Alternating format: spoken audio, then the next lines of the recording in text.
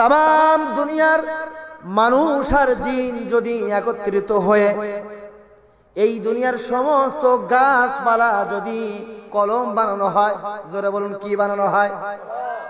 সমস্ত মানুষ আর জিন যদি দুনিয়ার সমস্ত গাছপালা যদি কলম বানানো হয়, আর সমুদ্রের সমস্ত পানিগুলি যদি কলমের কালি বানানো হয়, আল্লাহ পাক কুরআনুল কারীমের ভিতরে তিনি বলেন, ওয়ালাউ আন্না ফিল আরদি মিন শাজারাতিন আকলামু ওয়াল বাহর ইয়ামুদ্দুহু মিন বা'দিহি সাবআতু আবহুরিন মা নাফিদাত কালিমাতুল্লাহ।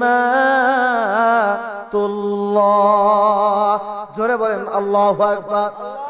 আল্লাহ পাক বলেন, এই পৃথিবীর সমস্ত মানুষ আর জিন যদি একত্রিত হয়ে পৃথিবীর সমস্ত গাছপালা যদি কলম বানানো হয়, আর সমুদ্রের সমস্ত সাগর নদী খাল বিল ডুবা পুকুর বুশকানি সমস্ত পানিগুলি যদি কলমের কালি বানানো হয়, এরপরে আল্লাহর প্রশংসা যদি করা হয়, লেখা শুরু করা হয়, পৃথিবীর সমস্ত মানুষ আর জিন যদি লিখতে শুরু করে, দুনিয়ার সমস্ত গাছপালা নামক কলম সব লিখতে লিখতে ক্ষয় হয়ে যাবে, আর সমুদ্রের সমস্ত পানি কালিগুলি সব ফুরে যাবে।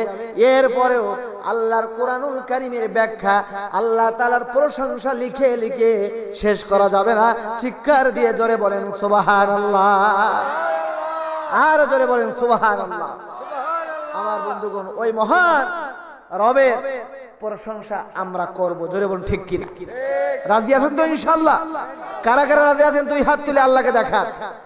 নারায়ে তাকবীর। আল্লাহ কবুল করে, জোরে বলেন আমিন। হাত নামা।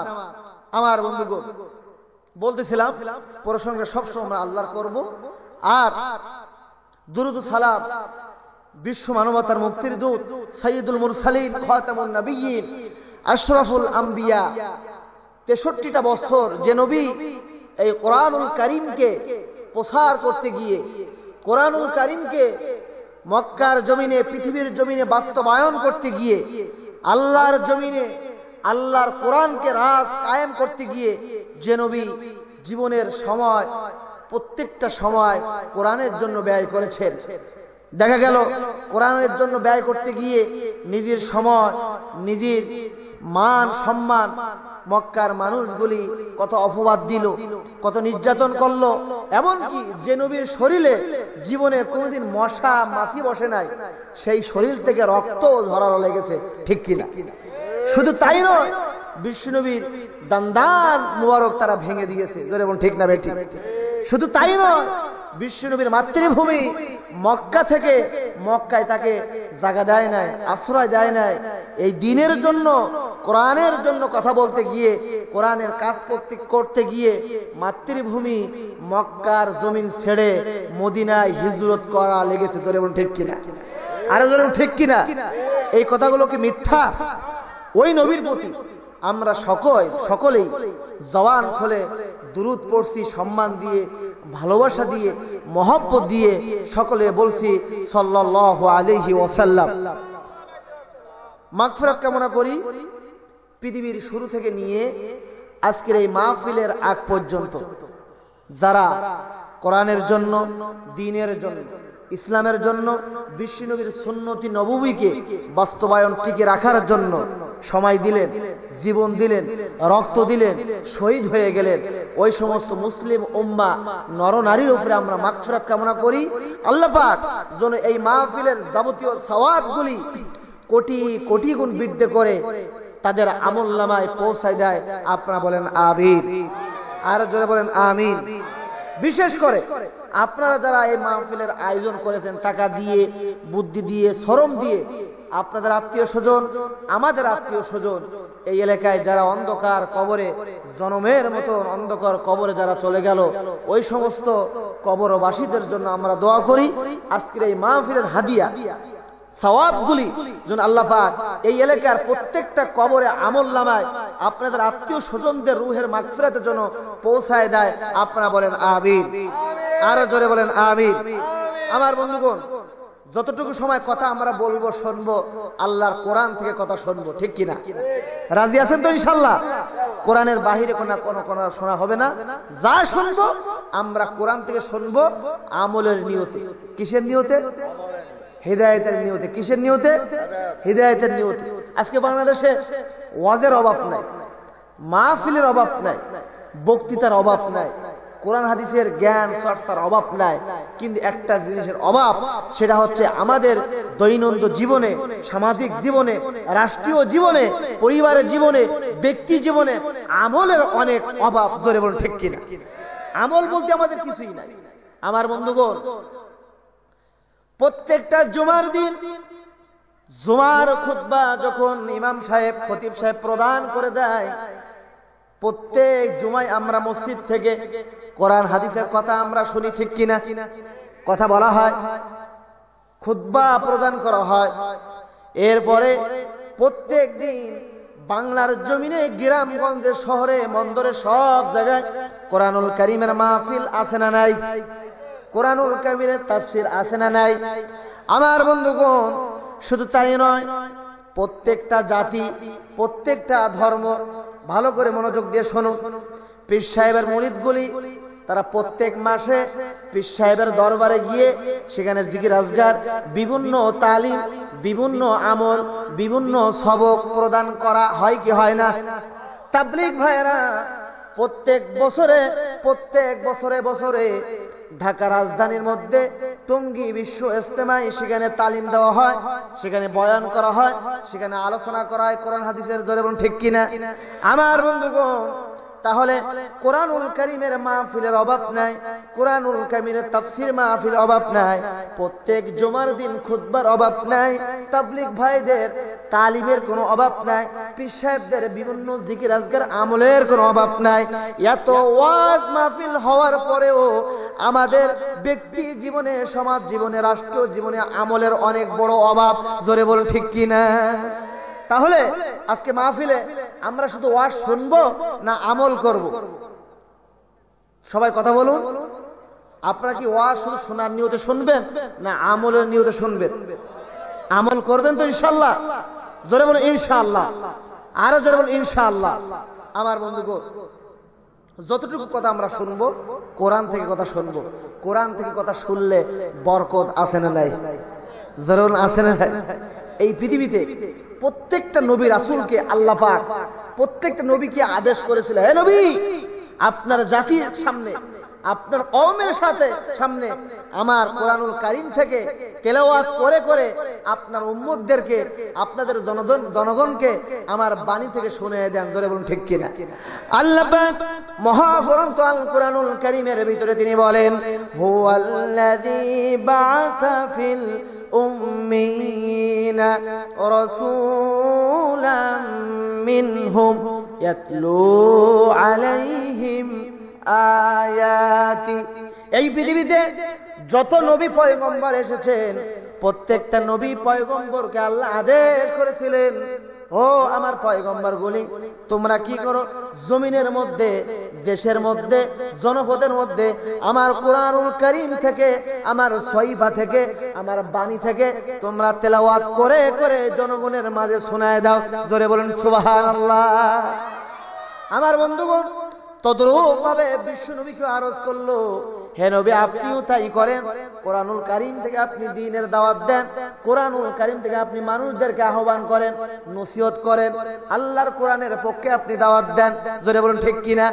দেখে গেল বিশ্ব নবী তিনি যখন কোরআনুল কারীমের দাওয়াত দেওয়া শুরু করলেন, বিশ্ব নবীর তেলাওয়াত শুনে, বিশ্ব নবীর দাওয়াত পেয়ে ওই মক্কার মানুষগুলি দিন দিন আলোর পথে এসেছে, হিদায়াতের পথে এসেছে, মুসলমান হয়েছে। জোরে বলুন ঠিক কিনা? মক্কার মানুষগুলি অন্ধকারের মধ্যে, হাবুডাবুর মধ্যে তারা ছিল, তাদের কলজার মধ্যে শিরক, বিদআত, বিভিন্ন গুনাহ দিয়ে ভরপুর ছিল। কিন্তু আল্লাহর কোরআনুল কারীম যখন তাদের কান দিয়ে ঢুকেছে, এরপরে কান দিয়ে ঢোকার পর তাদের অন্তরে গিয়ে এফেক্টেড হয়ে অন্তরের সমস্ত ময়লা দূর করে এরপর আলো জ্বালিয়ে প্রত্যেকটা মানুষ কোরআন শুনে শুনে মুসলমানের পক্ষে মুসলমান হয়ে গিয়েছিল। জোরে বলুন ঠিক কিনা? আজকেও বাংলাদেশে কোরআন যত শোনা হচ্ছে, যুবক ভাইয়েরা মুসলমানেরা দিন দিন কোরআনের পক্ষে আসছে কিনা, জোরে বলুন ঠিক কিনা, আসছে কিনা? কিন্তু কোরআনের পক্ষে কথা বলতে গিয়ে, আমল করতে গিয়ে, কোরআনের আমল, কোরআনের কথা, কোরআনের বিভিন্ন কালচার সৃষ্টি করতে গিয়ে কোরআনের বিরুদ্ধে বাধা আছে না নাই? জোরে বলুন আছে না নাই? বিশ্ব নবীর সময়ও ছিল, ফেরাউন মুসা আলাইহিস সালামের সময় ছিল। বর্তমান সমাজে কোরআন আছে, নবীর উম্মত তারা আছে, কিন্তু আবু জাহেলের নাতিপুতি আছে না নাই? জোরে বলুন আছে না নাই? গান বাজনায় বাধা নাই, পূজার অঙ্গনে বাধা নাই, বিভিন্ন সাংস্কৃতিক নামের অনুষ্ঠানে কোনো বাধা নাই, কিন্তু ধর্মীয় অনুষ্ঠানে আমাদেরকে অনুমতি আনতে হয়, অনেক সময় অনুমতি দেয় না, অনেক সময় বাধা। জোরে বলুন ঠিক কিনা, আরো জোরে বলুন ঠিক কিনা? এই বাংলাদেশ মুসলমানদের দেশ, এই বাংলাদেশ কোরআনুল কারীমের দেশ, এই দেশ তাবলীগের দেশ, মাদ্রাসার দেশ, এত পীর আউলিয়াদের দেশ। এই দেশে কোরআন চলবে না, তা ভারতে কোরআন চলবে? জোরে বলুন ঠিক কিনা? কিন্তু তারপরে কোরআনের বাধা আছে না নাই? আমরা দোয়া করব আল্লাহ পাক তাদেরকে যেন হেদায়েত দিয়ে কোরআনের পক্ষে এসে, কোরআনের ছায়াতলে এসে জান্নাতের পথ যেন আল্লাহ তাদেরকে দিয়ে দেন। আপনারা বলেন আমিন।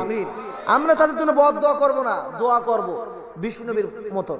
বিষ্ণুনবী কোনদিন বদদোয়া করেন নাই। এত কষ্ট, এত নির্যাতন দেওয়ার পরেও ফেরেশতা এসে বলল, ইয়া রাসূলুল্লাহ, আপনি হুকুম দেন, এই পাহাড় চাপা দিয়ে এদেরকে খতম করে দিন। তখন বিষ্ণু বললেন, ও ফেরেশতারা, তোমাদের কথা মতন আমি যদি দোয়া করি আর হুকুম দিই, আর আমার হুকুমে যদি এই মানুষদেরকে সবাইকে যদি পাহাড় চাপা দিয়ে খতম করে দাও, তাহলে আমি বিশ্বনবী কার কাছে পৌঁছাবো? কালিমা তয়্যিবা লা ইলাহা ইল্লাল্লাহু মুহাম্মাদুর রাসূলুল্লাহ। জোরে বলুন সুবহানাল্লাহ। মায়ের নবী, দয়ার নবী, রাহমাতুল লিল আলামিন। এই পৃথিবীর মানুষদের জন্য, এই পৃথিবীর মানব মণ্ডলীর জন্য তিনি হচ্ছে রাহমাতুল লিল আলামিন। জোরে বলুন ঠিক কিনা? আমার বন্ধুগণ, এই জন্য আজকে কোরআনুল কারীম থেকে কিছু কথা বলবো। আল্লাহ যেন আমাদেরকে কোরআনের শিক্ষা, কোরআনের আলো, কোরআনের মুজিজা, কোরআনের বরকত যেন আমাদেরকে দান করেন।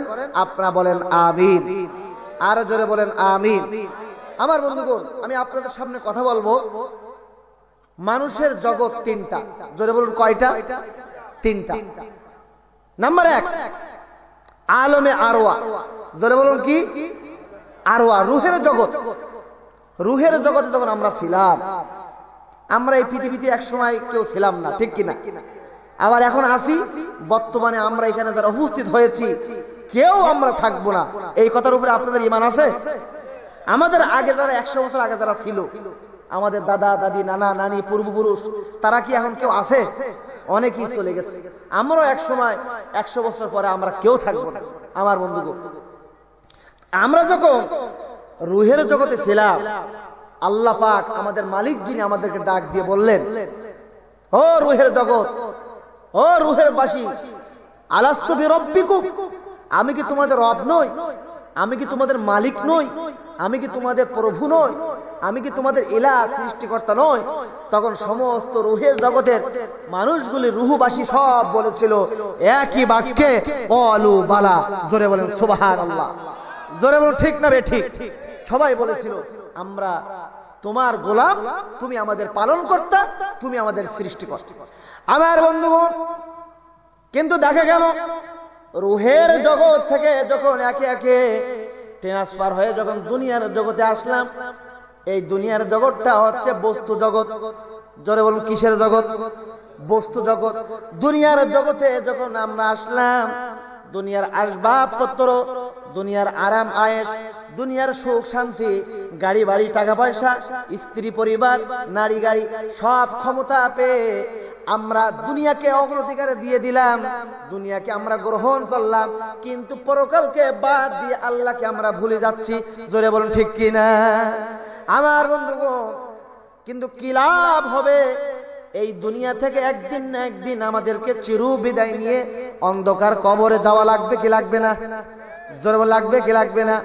ওই পরকালের জবাবদিহিতামূলক কাজ, জবাবদিহিতামূলক কাজকর্ম আমাদের করার দরকার আছে না নাই? আর জোরে আছে না নাই? এই জন্য আমি আপনাদের সামনে আজকে পরকালের গুরুত্ব, পরকালের উপরে বিশ্বাস, পরকালের জবাবদিহিতামূলক কিছু কাজ আমরা কথা বলবো। আল্লাহ যেন আমাদেরকে তৌফিক দেয়। জোরে বলেন আমিন, আরো জোরে বলেন আমিন। আল্লাহ পাক মহাগ্রন্থ আল কোরআনুল কারীমের তিনি ইরশাদ করেন, মিনহা খালাকনাকুম ওয়া ফিহা নুঈদুকুম ওয়া মিনহা নুখরিজুকুম তারাতান উখরা। জোরে বলেন আল্লাহু আকবার। এই দোয়াটা আমরা কখন পড়ি? যখন আমাদের আত্মীয় স্বজন, আপনজন, আমাদের হৃদয়ের মানুষগুলি যখন মারা যায়, অন্ধকার কবরে যখন আমরা দাফন কাফন করে আসি, মাটি যখন তাদের বুকের উপরে মাটি দিই, তখন এই দোয়াটা আমরা পড়ি কি পড়ি না? যারা বলেন পড়ি কি পড়ি না? আমার বন্ধুগণ, এটা সাধারণ কোনো দোয়া নয়, এটা মহাগ্রন্থ আল্লাহর কোরআনুল কারীমের একটা আয়াত। চিৎকার দিয়ে বলেন সুবহানাল্লাহ। 16 নম্বর পারায় সূরাতুত তাহার মধ্যে 14 নম্বর পৃষ্ঠা আল্লাহ পাক বলেছেন, জোরে বলেন সুবহানাল্লাহ, যে আমি তোমাদেরকে এই মাটি থেকে আমি সৃষ্টি করেছি, আবার তোমাদেরকে মাটির ভিতরে তোমাদেরকে যেতে হবে। আবার যখন কিয়ামতের মাঠে আমি রব্বুল আলামিন, তোমরা যদি মরে গিয়ে পাথরও যদি হয়ে যাও, এরপরেও আমি তোমাদেরকে ওই মাটি থেকে আমি তোমাদেরকে জিন্দা করব। চিৎকার দিয়ে জোরে বলেন সুবহানাল্লাহ। আমার বন্ধুগণ, রুহের জগতে যখন ছিলাম তখন আমরা সবাই আল্লাহকে মেনেছিলাম, কিন্তু দুনিয়ার জগতে এসে আসবাবপত্র, দুনিয়ার বস্তু জগৎ, দুনিয়ার গাড়ি বাড়ি, দুনিয়াতে এসে আমরা আল্লাহকে ভুলে গিয়েছি। জোরে বলুন ঠিক কিনা? কিন্তু আল্লাহকে ভুলে গেলে চলবে? দুনিয়া কামানোর কোনো নিষেধ নাই, কিন্তু দুনিয়ার পাশাপাশি পরকালের জবাবদিহিতামূলক আল্লাহর ভয় নিয়ে আমাদেরকে দুনিয়া চালানো লাগবে। জোরে বলুন ঠিক কিনা? আরো জোরে বলুন ঠিক কিনা? আমার বন্ধুগণ, আল্লাহ পাক আমাদেরকে কিভাবে সৃষ্টি করলেন ভালো করে মনোযোগ দিয়ে শুনুন। আমরা যখন মায়ের গর্ভের মধ্যে যখন আমরা ছিলাম, মায়ের গর্ভের মধ্যে আল্লাহ পাক পিতা মাতার মাধ্যমে এক ফোঁটা নাফাক পানির মাধ্যমে আমাদেরকে সৃষ্টি করেছেন। জোরে বলুন ঠিক কিনা? আল্লাহ পাক বলেন, ও বান্দা, তোমার জীবনের দিকে তুমি তাকাও।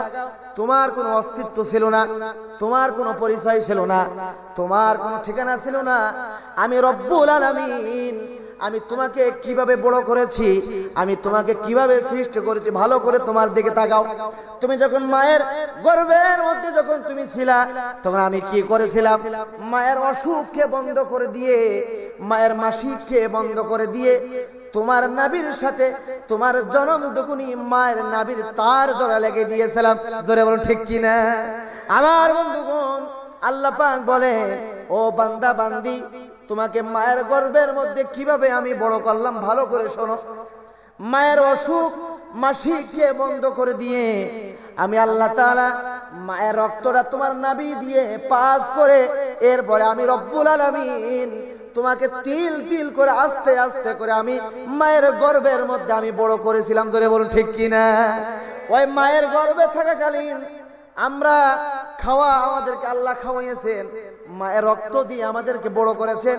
আপনারা বলেন, মায়ের সন্তানের গর্ভের মধ্যে তার খাবার সরবরাহ দুনিয়ার কোন নেতা, দুনিয়ার কোন মানুষ, দুনিয়ার কোন ডাক্তার, দুনিয়ার কোন বিজ্ঞানী মায়ের গর্ভের সন্তানের খাবার সরবরাহ করতে পারে না।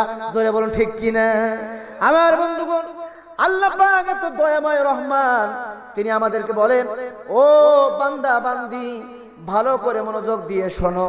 তুমি যখন মায়ের গর্ভের মধ্যে ছিলা, মায়ের ওই নাফাক রক্তটা আমি তোমার পবিত্র জবানে আমি লাগতে দিই নাই। আমি কি করলাম? ওই রক্তটা তোমার মুখ দিয়ে পাস না করে তোমার নাভি দিয়ে আমি পাস করেছি। তোমার জবানটা পবিত্র, তোমার জবানটা পবিত্র আমি রেখে দিয়েছি এই জন্য, যাতে করে তুমি দুনিয়াতে এসে তোমার পবিত্র আল্লাহর নামের জিকির তোমার পবিত্র জবান দিয়ে তুমি যেন জিকির করতে পারো। জোরে বলেন ঠিক কিনা? আমার বন্ধুগণ, বলতেছিলাম মায়ের গর্ভের মধ্যে আল্লাহ পাক আমাদেরকে কিভাবে বড় করলেন, কিভাবে লালন পালন করলেন, আপনারা ভালো করে মনোযোগ দিয়ে শুনুন। এরপরে আমরা যখন দুনিয়াতে আমরা আসলাম, দুনিয়াতে আসার পর ছোট্ট মানুষ, মুখের মধ্যে কোনো ভাষা নাই, মুখের মধ্যে কোনো দাঁত নাই, দুনিয়ার কোনো সাধারণ খাদ্য আমরা খেতে পারবো না। আল্লাহ পাক বলেন, ও বান্দা, দুনিয়াতে আসার পর তুমি ছোট্ট মানুষ, তোমার গলাটা কুচি, দুনিয়ার কোনো ফল ফলাদি, দুনিয়ার কোনো মাছ গোশ তুমি খাইতে পারবে না। এই জন্য আমি আল্লাহ রব্বুল আলামিন তুমি দুনিয়াতে আসার আগে 6 মাস পূর্বে তোমার মায়ের বুকের উপরে গরম দুধ রিজার্ভ করে আমি রেখে দিয়েছিলাম। জোরে বলেন সুবহানাল্লাহ। আমার বন্ধুগণ, দুনিয়ার কোন মানুষ, দুনিয়ার কোন চিকিৎসাবিদ, দুনিয়ার কোন বিজ্ঞানী ওই ছোট্ট বাচ্চার খাদ্য কেউ জোগাইতে পারে না। আল্লাহ পাক এমন দুধ মায়ের বুকের উপরে রিজার্ভ করে রেখে দিয়েছেন, সেটা শুধু দুধ নয়, সেটা ভিটামিন। জোরে বলুন ঠিক কিনা? আমার বন্ধুগণ, আল্লাহ পাক আমাদেরকে তিল তিল করে এরপরে আমাদেরকে বড় করেছে। শুধু তাই নয়, এরপরে আমরা যখন বড় হতে লাগলাম, আমাদের মুখের মধ্যে দাঁত হলো, এরপরে কত কি হলো, নাম হলো, পরিচয় হলো। লেখাপড়া করে আল্লাহ বুদ্ধি দিলেন, আল্লাহ মেধা দিলেন, আল্লাহ সম্পদ দিলেন, আল্লাহ ক্ষমতা দিলেন, জমি জমা টাকা পয়সা সম্মান দিলেন। কিন্তু আজকে পরিচয় হয়েছে, বুদ্ধি হয়েছে, টাকা পয়সা হয়েছে, ক্ষমতা আছে, নেতৃত্ব আছে, কিন্তু আমরা আজকে দুনিয়ার মোহে পড়ে ওই মহান প্রভু দয়াময় আল্লাহকে আমরা ভুলে গিয়েছি। জোরে বলুন ঠিক কিনা? আরে জোরে বলুন ঠিক কিনা? ওই আল্লাহকে ভুলে গেলে চলবে? আর জোরে বলুন, আল্লাহকে ভুললে চলবে না। আমার বন্ধুগণ, খেয়াল করতে হবে আমাদের নিজেদের দিকে।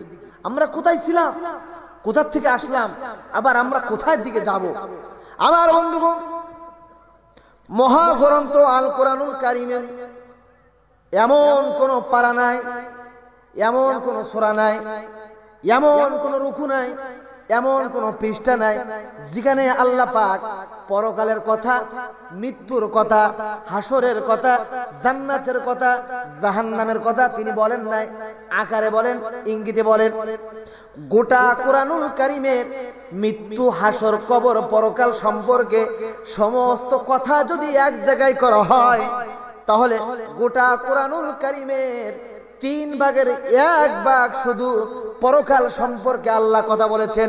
চিৎকার দিয়ে বলেন সুবহানাল্লাহ।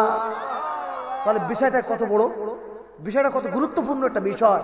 পরকাল সম্পর্কে ঈমান, পরকালের ভয় যদি আমাদের অন্তরে ঢুকে যায়, তাহলে দুনিয়ার কোনো গুনার কাজ, দুনিয়ার কোনো পাপাচার, দুনিয়ার কোনো অন্যায় আমাদের দ্বারা হতে পারে না। জোরে বলুন ঠিক কিনা? আমরা পরকালের ভয়, মৃত্যুর ভয় আমাদের নাই। সবার চিন্তা, যুবক ভাই যারা আছে তারা বলতেছে এখনো যুবক মানুষ, মুখে দাড়ি উঠছে মাত্র, দাড়ি পাকবে, এরপরে বিয়ে শাদী করব, লেখাপড়া শেষ করব, ছেলে মেয়ে হবে, নাতিপুতি বিবাহ দেব, বাড়ি করব, গাড়ি করব, হজ করব, এরপরে মসজিদে গিয়ে আরো 10-20 বছর নামাজ কালাম পড়ব, দাঁত শেষ হবে, দাড়ি পাকবে, এরপরে বিছনায় আরো 10 বছর থাকবো, এরপরে মৃত্যু। জোরে বলুন ঠিক কিনা?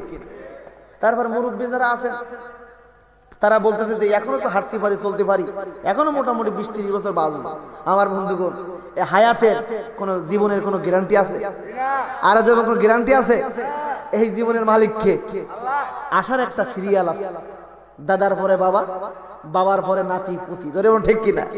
কিন্তু যাওয়ার, কবরে যাওয়ার কোন সিরিয়াল আছে? দেখা যায় দাদার আগে নাতি কবরে যায়, আছে না নাই? সন্তানের আগে বাবার কাঁধের মধ্যে সন্তানের লাশ ওঠে না? ওঠে না? যেমন ওঠে কিনা?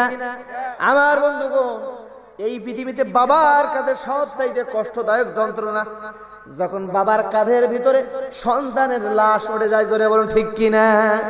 অহর অহর স্মৃতি আছে, কলিজার টুকরা সন্তান, সন্তানের জন্য কত মায়া, সন্তানের জন্য কত মহব্বত। আমার বন্ধুগণ, সন্তানের ঘুম ডিস্টার্ব হবে, এই জন্য নিজে ফজরের নামাজ পড়ে না, সন্তানকেও ডাক দেয় না। এরকম পোড়া কপাল্লা বাপ আছে না নাই? যে আমার সন্তানের ঘুম ডিস্টার্ব হবে, ফজরের সময় ডাক দেওয়া যাবে না, যদিও আমি নামাজ পড়বো, আস্তে করে ওঠো, আমার সন্তানের জন্য ঘুম না ভাঙে। আমার বন্ধুগণ, অনেক মহব্বতের বাবা আছেন, রমজান মাসে সন্তানের পরীক্ষা, রমজানে যদি সন্তান যদি রোজা রাখে, তার চেহারা নষ্ট হয়ে যাবে, তার কষ্ট হবে, পরীক্ষা সঠিকভাবে দিতে পারবে না। এই জন্য বাংলার জমিনে মুসলমান নামের কিছু পোড়া কফাল্লা বাপ আছে, সন্তানদেরকে রোজা রাখতে দেয় না, আছে না নাই? আর যেন আছে না নাই? আমার বন্ধুগণ, কিন্তু ভালো করে শুনুন, ভালো করে জেনে নিন, আল্লাহর কসম করে বলি, আপনার সন্তানকে যদি ফজরের সময় ডাক দেন, নিজে নামাজ পড়েন, সন্তানকে যদি আপনি নামাজ পড়াইতে পারেন, তাহলে পৃথিবীর সমস্ত আসমানের রহমত আপনার ঘরের মধ্যে বর্ষিত হবে। জোরে বলুন ঠিক কিনা? মাহে রমজানের মধ্যে আপনি সন্তানকে রোজা রাখতে দিলেন না, তার স্বাস্থ্য নষ্ট হবে, তার পরীক্ষা খারাপ হবে। কিন্তু আল্লাহর কসম করে বলি, আল্লাহর উপরে যদি আমরা ঈমান আনতে পারি, এমন হতে পারে রোজা রাখার কারণে ওই সন্তানের পরীক্ষা আরো ভালো হবে। জোরে বলুন ঠিক কিনা? রোজা রাখার কারণে প্রত্যেকটা মানুষের দেহের যাবতীয় রোগ বালাই দূর হয়ে যাবে। ওই লোকটা একটা মাস রোজা রাখার কারণে 12টা মাসের মধ্যে একটা মাস রোজা রেখেছে, টাইম মেনটেন করে আল্লাহ পাক শরীরের মধ্যে যাবতীয় সমস্যা ত্রুটি আল্লাহ সমাধান করে দিতে পারেন কি পারেন না? আরো জোরে পারেন কি পারেন না? তাহলে আমাদের ধারণা ভুল, আল্লাহর ধারণা সঠিক। জোরে বলুন ঠিক কিনা? আমার বন্ধুগণ জোরে বলুন ঠিক না বে ঠিক? আমার বন্ধুগণ, আজকে আমরা দুনিয়ার মোহে পড়ে কত কিছু করি, 1 সেকেন্ডের গ্যারান্টি নাই। এখন যদি আমি বলি, ভাই কে আছেন আজকের এই মাহফিল শেষ করে সঠিকভাবে বাড়িতে গিয়ে পৌঁছতে পারবেন? একজন হাত তুলে দেখান। কেউ দেখাইতে পারবেন? কেউ দেখাইতে পারবেন? 1 সেকেন্ডের কোনো গ্যারান্টি আছে? আমার বন্ধুগণ, এই যে জি না বললেন, আমাদের সবাই স্বীকার করলাম জবান থেকে, আসলে কিন্তু এই যে বিশ্বাস, এই কথা, এই কথার উপরে একই আমাদের অন্তরে এখনো ঢোকে নাই, ঠিক কিনা? আমাদের অন্তরে যদি ঢুকতো যে 1 সেকেন্ডের গ্যারান্টি নেই, হায়াতের কোনো সেকেন্ড কোনো গ্যারান্টি নেই, তাহলে আমরা কোনোদিন আল্লাহর কোন হুকুম আহকাম, আমরা এক ওয়াক্ত নামাজ, আল্লাহর কোন বিধি বিধান আমরা ছেড়ে দিতাম না। জোরে বলুন ঠিক কিনা? আরো জোরে ঠিক না বে ঠিক? কিন্তু জমানে তো বললাম যে আমাদের গ্যারান্টি নেই। আমাদের এই মৃত্যুর ভয়, পরকালের ভয়, আল্লাহর ভয় অন্তরের মধ্যে ঢুকাইতে হবে। অন্তরে যদি আমরা ঢুকাইতে পারি, তাহলে দেখবেন অটোমেটিক আমরা পরকালের দিকে আমাদের ধাবিত হবে।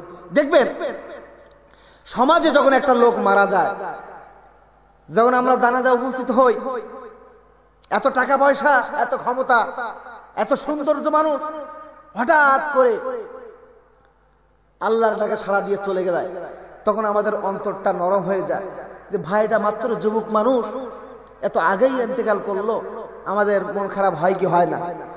চিন্তা শুরু হয়ে যায়।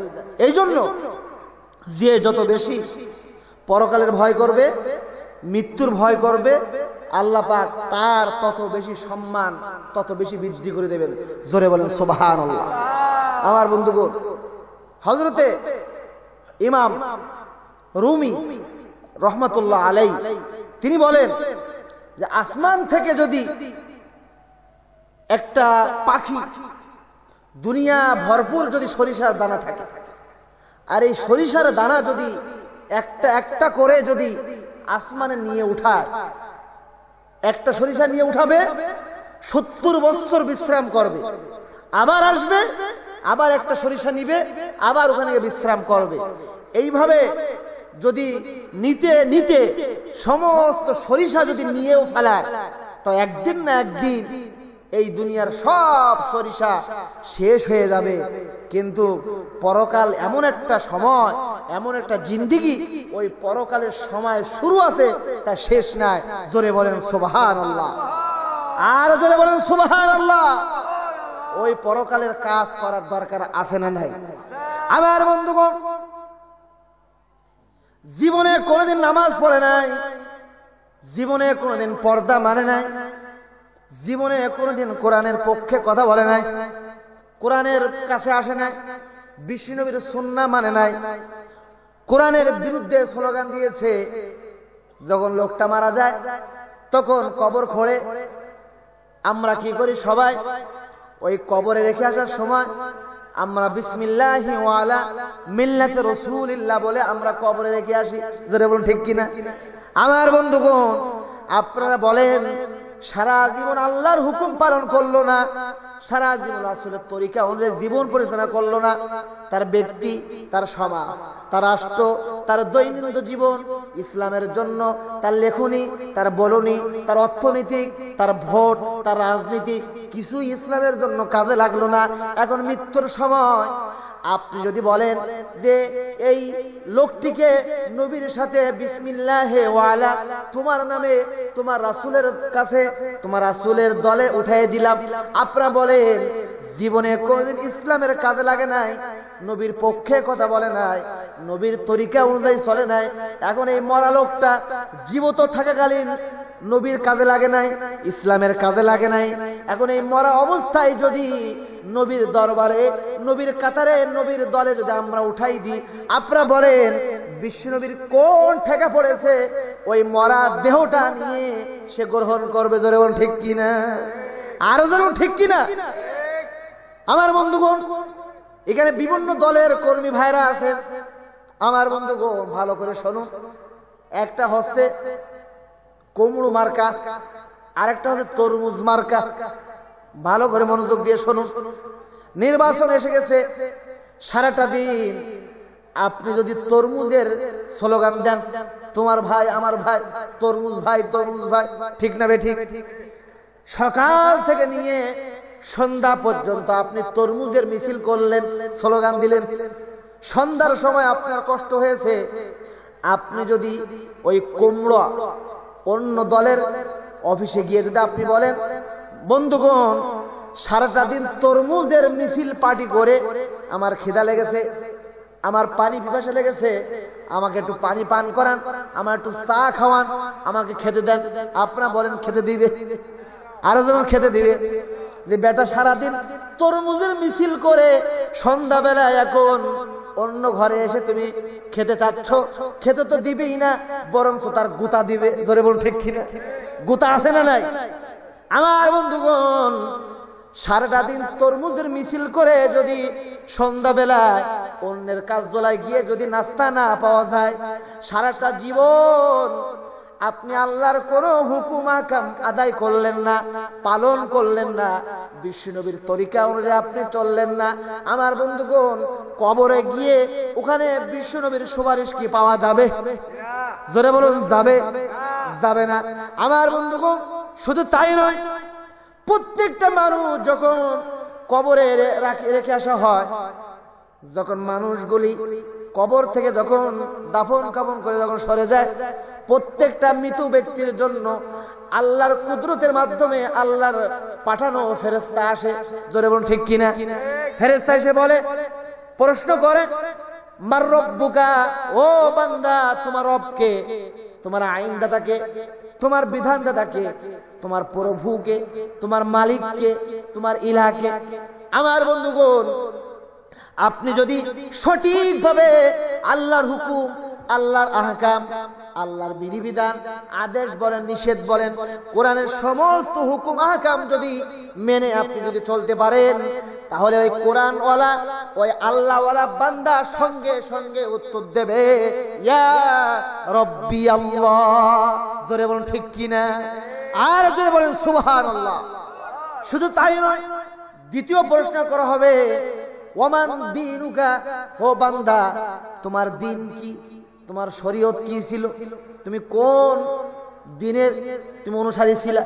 আমার বন্ধুগণ ইসলামে যদি আমরা সারাটা জীবন যদি ইসলামের পক্ষে থেকে যদি ইসলামের কাজ করতে পারি, পূর্ণাঙ্গভাবে যদি আমরা ইসলামে ঢুকতে পারি, তাহলে অটোমেটিক আপনার আমার জবান থেকে আল্লাহ পাক উত্তর বের করে দেবেন, দীনুনা ইসলাম।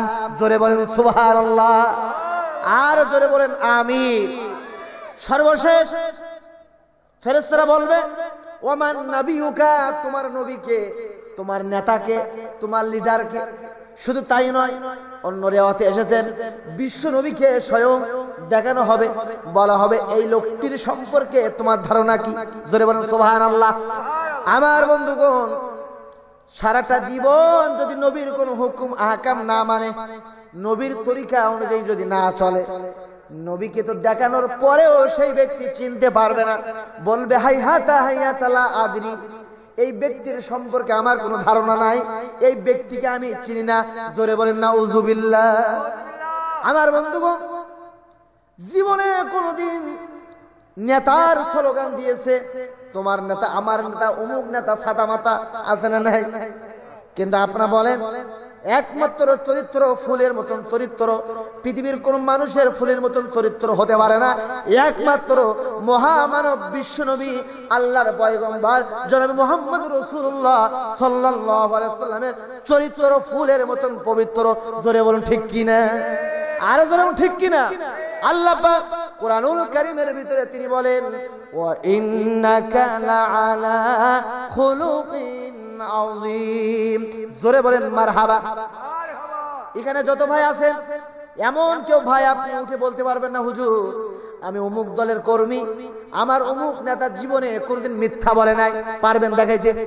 জীবনে কোনদিন স্লোগান, জীবনে কোনদিন লুকোচুরি করে নাই, জীবনে কোনদিন গীবত খায় না, এমন একজন লোক আপনি দেখাইতে পারবেন না যে আমার নেতা জীবনে কোনদিন মিথ্যা বলে নাই। জোরে বলুন ঠিক কিনা? কিন্তু আমাদের নেতা যিনি, আমরা দুনিয়ার কোন ফাসেক, দুনিয়ার কোন সাধারণ নেতাকে আমরা মানি না, আমরা মানি আল্লাহর পয়গম্বর বিশ্বনবীকে নেতা মানি। জোরে বলুন ঠিক কিনা? আর বিশ্বনবীকে নেতা মানার জন্য আল্লাহ আদেশ করেছেন, বিশ্বনবীকে নেতা মানতে হবে। শুধু তাই নয়, তিনি কেমন নেতা ছিল ভালো করে মনোযোগ দিয়ে শুনুন। বিশ্বনবী তার সাহাবীদেরকে, তার স্ত্রীদেরকে ডাক দিয়ে বলেন, ও আমার প্রিয়তমা স্ত্রীরা, রাতের আধারে আমার মধ্যে যা কিছু তোমরা দেখতে পাও, ও সাহাবীরা দিনের বেলায় আমার মধ্যে তোমরা যা কিছু পাও সব কিছু খুলে খুলে জনগণের মাঝে বর্ণনা করে দাও। চিৎকার দিয়ে বলেন সুবহানাল্লাহ।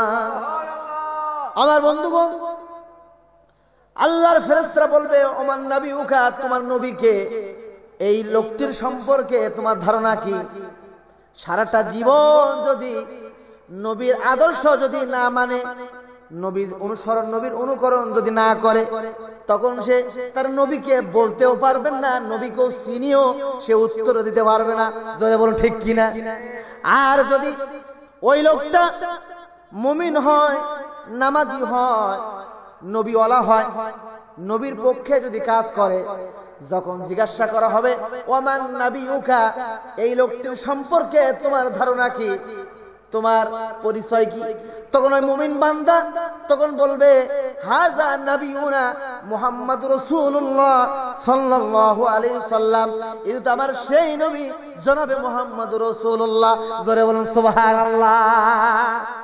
আল্লাহ পাক ওই সমস্ত ফেরেশতাদেরকে ডাক দিয়ে বলবেন, ও ফেরেশতারা, আমার এই বান্দার কবরের মধ্যে জান্নাতের দরজাটা কবরের দিকে খুলে দাও, আর জান্নাতের বিছানা বিছায় দাও, আর আমার এই বান্দা বান্দির শরীরের মধ্যে জান্নাতের পোশাক পরায় দাও। শুধু তাই নয়, আমার এই বান্দা বান্দির চক্ষু যত দূর পর্যন্ত দৃষ্টি যায়, অত দূর পর্যন্ত আমার বান্দা বান্দির কবরটা প্রশস্ত করে দাও। জোরে বলেন সুবহানাল্লাহ। আর জোরে বলেন আমিন। আল্লাহ যেন তৌফিক দেয়। জোরে বলেন আমিন। আর জবাব না দিতে পারে, তার ওই কবরটা জাহান্নামের একটা টুকরা, জাহান্নামের একটা গর্ত হয়ে যাবে। 26 কবর হবে, সংকীর্ণ কবর হবে, অন্ধকার কবর হবে, তার আর কোনো উপায় থাকবে না। জোরে বলুন ঠিক কিনা? আমার বন্ধুগণ, এবার আসুন হাসরের মাঠে, কিয়ামতের মাঠে কোটি কোটি মানুষ যখন উঠবে, কোটি কোটি মানুষ যখন উঠবে, তখন প্রত্যেকটা নবীরাও পর্যন্ত ইয়া নাফসি ইয়া নাফসি বলে বলে কাঁদবে। জোরে বলুন ঠিক কিনা? কিন্তু একমাত্র আল্লাহর পয়গম্বর বিশ্ব নবী, তিনি ইয়া উম্মতি ইয়া উম্মতি, উম্মত বলে বলে কাঁদবে। জোরে বলেন সুবহানাল্লাহ। হযরত আয়েশা বলেন, ইয়া রাসূলুল্লাহ ইয়া হাবিবাল্লাহ, কাল কিয়ামতের ময়দানে কোটি কোটি উম্মতদের মধ্যে কারা আসল আপনার প্রকৃত উম্মত, তাদেরকে আপনি কিভাবে চিনবেন, তাদেরকে আপনি কিভাবে খুঁজে বের করবেন? হযরত আয়েশা বলেন, হযরতে বিশ্বনবী বলেন, ও আয়েশা ভালো করে শোনো, যদি একটা মাঠের মধ্যে অনেকগুলো যদি ঘোড়া থাকে, সমস্ত ঘোড়ার কপাল যদি সব কালো থাকে, কিন্তু ব্যতিক্রম দুই একটা ঘোড়ার কপাল যদি সাদা থাকে, তাহলে বলো আয়েশা, সমস্ত কালো ঘোড়ার ভিতরে ওই দুই একটা সাদা কপালওয়ালা ঘোড়া কি চেনা যাবে কিনা? হযরত আয়েশা বলেন অবশ্যই যাবে। বিশ্বনবী বলেন, ও আয়েশা, যারা আমার উম্মত, আসল যারা আমার উম্মত, যারা নামাজ পড়বে, উযু করে নামাজ পড়বে, ও রোজা রাখবে, তাহাজ্জুদ পড়বে, আমার সুন্নাহ ব্যক্তিতে মানবে, পরিবারে মানবে, সমাজে মানবে, রাষ্ট্রে মানবে, তাহাজ্জুদ পড়বে, কোরআন পড়বে, এরপরে জীবনে ইসলামের জন্য, দ্বীনের জন্য সময় ব্যয় করবে, রক্ত দিবে, জীবন দেবে, প্রচেষ্টা করবে, কাল কিয়ামতের ময়দানে হাসরের মাঠে ওই সমস্ত উম্মতদের উযু করার কারণে তাদের অঙ্গ প্রত্যঙ্গে তাদের নূর চমকাতে থাকবে। জোরে বলেন সুবহানাল্লাহ। তারা যে দুনিয়াতে সিজদা দিয়েছিল, তাদের সিজদার প্রত্যেকটা অঙ্গ প্রত্যঙ্গে, কপালে, নাকে নূর চমকাতে থাকবে। শুধু তাই নয়, আমি ওই সমস্ত নূর দেখে দেখে, আমার উম্মতদেরকে দেখে দেখে আমি জান্নাতে নিয়ে যাব। চিৎকার দিয়ে বলেন সুবহানাল্লাহ। আমার বন্ধুগণ, শেষ করে দেব? শেষ করে দিই নাকি? ভালো লাগতেছে আপনাদের? কোরআন হাদিসের কথা মনোযোগ দিয়ে আমলের নিয়তে শুনুন। আমার বন্ধুগণ, যতটুকু শুনবেন আমলের নিয়তে শুনবেন, দেখা যাবে ওই অল্প কথাতে আল্লাহ পাক আমাদেরকে নাজাত দিবে। জোরে বলুন ঠিক কিনা? বিশ্বনবী বলেছেন, আখলিস দীনাকা ইয়াকফিকাল আমালুল কলিল। তুমি ঈমানটা খাঁটি করো আর অল্প আমল করো, গুনাহ সব ছেড়ে দাও। দেখা যাবে আল্লাহ পাক আমাদেরকে নাজাতের জন্য, গুনাহ নাই, ঈমান সহি, অল্প আমল আমাদেরকে নাজাত পর্যন্ত পৌঁছাই দেবে। জোরে বলুন ঠিক কিনা? আরো জোরে বলুন ঠিক কিনা? তাহলে ঈমানটা খাঁটি করার দরকার আছে না নাই? পরকালের উপরে বিশ্বাস আমাদের আছে তো? জোরে বলুন আছে তো? আল্লাহ পাক 60টা বিষয়ের উপরে আমাদেরকে ঈমান আনতে বলেছেন। কালিমার মধ্যে আমরা পড়ি আমানতু বিল্লাহি ওয়া মালাইকাতিহি ওয়া কুতুবিহি ওয়া রুসুলিহি ওয়াল ইয়াউমিল আখিরি ওয়াল কদরি খায়রিহি ওয়া শাররিহি মিনাল্লাহি তাআলা ওয়াল বাসি বাদাল মাউত। জোরে বলুন ঠিক কিনা? পরকালের উপরে বিশ্বাস আছে না নাই? আমার বন্ধুগণ, পরকালের উপরে বিশ্বাস আমাদের করতেই হবে। দুনিয়া আপনি অগ্রাধিকার দেন, আমার বন্ধুগণ, কোনো অসুবিধা নাই, কিন্তু পরকালকে সামনে রেখে, আল্লাহকে হাজির নাজির রেখে, পরকালের জবাবদিহিতামূলক আমাদের প্রত্যেকটা কাজ করা লাগবে। জোরে বলুন ঠিক কিনা? আরো জোরে ঠিক না বে ঠিক?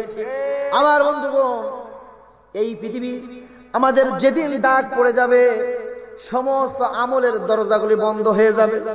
আপনাদের এলাকার অনেক মানুষ মুরব্বী, আপনাদের অনেকের জন্মযোগিনী মা নাই, অনেকের বাবা নাই, আত্মীয় স্বজন আমাদের মতন অনেকের দাদাও নাই, দাদি নাই, অনেকের নানা নাই, জনমের মতন অন্ধকার কবরে চলে গেল। সকলের আমলের দরজাও বন্ধ। আমার বন্ধুগণ, এই জন্য হায়াত থাকতেই আমাদেরকে ওই পরকালের কিছু সামানা, পরকালের জবাবদিহিতামূলক কাজ আমাদের করার দরকার আছে না নাই? জোরে বলুন আছে না নাই? কিন্তু আজকে অসংখ্য মুসলমানের সন্তান আদি আল্লাহর কোরআনুল কারীমের অসংখ্য বিধিবিধান মানেই না। এমনকি 5 ওয়াক্ত নামাজ প্রত্যেকটা মুসলমানদের জন্য বাধ্যতামূলক, ফরজ নরনারীর উপরে, কিন্তু অসংখ্য নরনারী এই আল্লাহর এই বিধান নামাজ আমরা ছেড়ে দিই। জোরে বলুন ঠিক কিনা? ইচ্ছাকৃতভাবে ছেড়ে দিই, কোনো মনেই করি না যে ছেড়ে দিছি, কোনো দাম নেই, গুরুত্ব নেই, কষ্টও লাগে না। ইচ্ছাকৃতভাবে আমরা অনেক সময় এই নামাজগুলো ছেড়ে দিই, আল্লাহর অনেক বিধিবিধান আমরা ত্যাগ করি। আমার বন্ধুগণ, বলতেছিলাম যে আল্লাহ পাক আমাদেরকে রুহের জগৎ থেকে আমাদেরকে দুনিয়ার জগতে আনলেন। এই দুনিয়াতে আমরা কিভাবে আল্লাহর গোলামি করব, কিভাবে আমরা আল্লাহর হুকুম আহকাম পালন করব, দুনিয়ায় যেভাবে ঠিক আমরা চলবো, যে ফলটুকু আমরা অর্জন করব, আল্লাহ পাক কিয়ামতের ময়দানে জান্নাতের মধ্যে হাসরের মাঠে ঠিক ততটুকু আমাদেরকে আল্লাহ নাজাত দিবে। জোরে বলুন ঠিক কিনা? এই জন্য আমল, এই সময় থাকতে, হায়াত থাকতে, জীবন থাকতে আমরা আসো, আমরা পরিবর্তন হই, আমরা আখিরাতমুখী হই, ঈমানটা সহি করি, আমলটা আরো শক্ত করি, আমলটা মান উন্নয়নটা আরো বৃদ্ধি করি। রাজি আছেন তো ইনশাআল্লাহ? আরো জোরে বলেন ইনশাআল্লাহ। আল্লাহ যেন কবুল করে, জোরে বলেন আমিন। আমার বন্ধুগণ, আমল তো আজকে আমাদের আমল বলতে কিছুই নাই, কিন্তু সাহাবা আজমাইনদের কেমন আমল ছিল। বিশ্বনবী একদিন হযরতে আয়েশাকে ডাক দিয়ে বলেন, আয়েশা, এই যে আসমানের কোটি কোটি তারকারাজি দেখো, সমস্ত তারকারাজি যদি এক পাল্লা রাখা হয়, পৃথিবীর কোন আল্লাহর কোন বান্দা, আমার কোন উম্মত, আমার কোন সাহাবী আছে যে আসমানের তারকার চাইতে তার আমল বেশি হবে? তো হযরতে আয়েশা বলেন, ইয়া রাসূলুল্লাহ, ইয়া হাবিবাল্লাহ, আমি তো জানি না, যদি কারো থেকেই থাকে তাহলে আল্লাহ এবং তার হাবিব রাসূলই ভালো জানেন। জোরে বলুন সুবহানাল্লাহ। কিন্তু হযরতে আয়েশার মনে একটা ধারণা, যদি আল্লাহ রাসূল কারোর নাম বলেই থাকেন, যদি বলেন, আর যদি কেউ থেকেই থাকে, তাহলে আমার বাবা হযরতে আবু বকর, সেই তার আমলই থাকার কথা। জোরে বলুন ঠিক কিনা? হযরত আবু বকর রাদিয়াল্লাহু তাআলা আনহু বিশ্বনবীর একেবারে কাছের একজন বন্ধু, কাছের একজন সাহাবী ছিলেন, ইসলামের জন্য অনেক কুরবানি করেছেন। জোরে বলুন ঠিক কিনা? আমার বন্ধুগণ, বিশ্বনবী হযরত আয়েশাকে ডাক দিয়ে বলেন, আয়েশা, আসমানের কোটি কোটি তারকা যদি এক পাল্লায় রাখা হয়, আর আমার সাহাবী হযরত ওমর রাদিয়াল্লাহু তাআলা আনহু, হযরত ওমরের নেকির পাল্লায় যদি, অপর পাল্লায় যদি নেকি রাখা হয়, আসমানের কোটি কোটি তারকারাজি এক পাল্লায়, আর আমার সাহাবী ওমরের নেকি যদি আরেক পাল্লায় রাখা হয়, তারপরেও আমার সাহাবী হযরতে ওমরের নেকির পাল্লাটা বৃদ্ধি হবে, ভারী হবে। চিৎকার দিয়ে জোরে বলেন সুবহানাল্লাহ। আমার বন্ধুগণ, হযরতে আয়েশার মনটা একটা বেজার হয়ে গেল যে আমার বাবার কথা বলেন নাই, আমার বাবার কথাটা বললো না হুজুর। বিশ্বনবী হযরতে আয়েশার চেহারার দিকে তাকিয়ে দেখতে পেলেন আয়েশার মনটা খারাপ। নবীজি বলেন, ও আয়েশা, আসমানের সমস্ত তারকা যদি এক পাল্লায় রাখো, আর আমার সাহাবী হযরত ওমরের সারা জীবনের নেকি যদি আরেক পাল্লায় রাখা হয়, হযরত ওমরের নেকির পাল্লা ভারী হবে। কিন্তু ভালো করে শোনো, মনোযোগ দিয়ে শোনো, তোমার বাবা, আমার বন্ধু, আমার সাহাবী হযরত আবু বকর রাদিয়াল্লাহু তাআলা আনহু, তার সারা জীবন নয়, সারা বছর নয়, সারা মাস নয়, একটা রজনীর একটা রাতের আমল যদি এক পাল্লা রাখা হয়, তাহলে হযরতে ওমর আসমানের সমস্ত তারকা যদি আরেক পাল্লায় উঠে দেওয়া হয়, তারপরেও আমার সাহাবী তোমার বাবা হযরতে আবু বকরের এক রাত্রির ইবাদত, এক রাত্রির আমল তার চাইতে বৃদ্ধি বেশি হবে। জোরে বলেন সুবহানাল্লাহ।